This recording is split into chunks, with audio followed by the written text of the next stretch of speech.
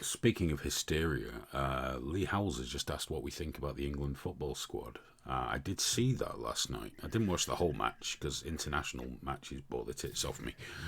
But it's quite an interesting one. And the Bulgarian fans were clearly bang out of fucking order. Now, I've had it put to me that footballers should walk it off if they get paid £100,000 a week or whatever. So, but the truth is, no matter how much you get paid, if someone walked into the office where you were and made monkey noises at you and Nazi salutes, you'd be put out, reasonably so. I think Raheem Sterling's been really cool the way he's dealt with it in the press.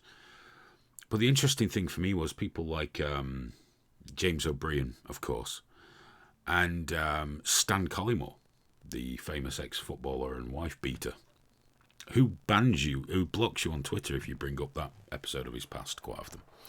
I've been saying, yeah, but the England fans are just as bad. Now, I know the England fans can be shithouses, but there's times not to have to say, well, ours are bad too. You don't have to do that. But Stan Collymore, in his infinite fucking wisdom, because obviously all great philosophers are ex-footballers, said, look, you can say, have a word with yourself. It's not just the Bulgarians. And it was a British fan doing the Nazi salute towards the Bulgarians, but doing the fake moustache thing as well, with his other two fingers. So clearly this guy was calling them a Nazi, but somehow Stan Collymore, because he's a fucking idiot, has cast this as an example of how racist our fans for fuck's sake, man. Why can't we just say that the Bulgarians are fucking despicable Eastern European fucking racists? Why can't we just say that? Because that's what they are. Not all of them, but the ones in that ground at that time. Yes. But for some reason, these pricks like James O'Brien, I mean, I'm not really a nationalist, but I don't see the point in consistently running your own country down and bigging up other countries. I don't get it. And that's what he's done throughout this whole Brexit debacle, as if somehow European politicians are at a higher moral standard than ours. Yeah. Life in Europe is... It's just all the time, we're a stupid country, we're worthless, even to the point that when our national football team is racially abused by Bulgarians, they have to go, but England fans are naughty. We know England football fans abroad are fucking animals. We know that. We don't need it repeated. It's almost like this weird justification. It's just that white middle class guilt, isn't it? It's like everything is like kind of like he's blaming himself, but he's also blaming you more. He's like, well, I'm responsible, but you are as well. In fact, more than me, because I'm smarter than you. So I can't stand James O'Brien. Fuck himself. He's the king of the straw, man. My only happiness is that I got him to sigh when I corrected him on Newsnight. It's the only good thing I ever managed on TV was making him go and then say something differently. He's just so sure he's right. I love it. I don't follow him on Twitter, but I drift in every now and again just to see him like building epic straw men. He's a dreadful twat. Expertly knocking them down, and it's like, look, there's the weakest version of every argument I could possibly face. Boom! I mean, I'd talk to him again, maybe. I don't ever want to speak to Nicky Campbell again, because he was just a bell end. When they brought me on for one thing, and it was like 7 a.m. They had me on several BBC radio shows one morning. They took me around the building, basically, before taking me on a live BBC Manchester one, where clearly both presenters did not fucking want me there. I'm sure there have been times in my life I've felt less welcome in a room, but I don't recall many. But Nicky Campbell just got me on screaming. He was just screaming about beheadings at like 7:30 a.m. I thought, it's too early, dude. It's way too early. Yeah, leave it. So when they called me for that next interview about 2 years ago, when I stopped doing them, it was his producer. So will you come on the show? I went, no, I'm not interested. And she said, why? I said, because he's a twat. And she went, I couldn't really comment on that. Would you come on if it was the other presenter, though? So clearly, in my world, she agrees. The man's a twat. Yeah, and you know what? She's doing a job properly there, isn't she? Because that's what you do when you're producing. You get problems after problems, and you just got to solve them, man. But what bores me is this attitude of, well, we're from TV or radio. You must be desperate to come on here, yeah? It's like, nah, not really. I couldn't really give a flying fuck. No.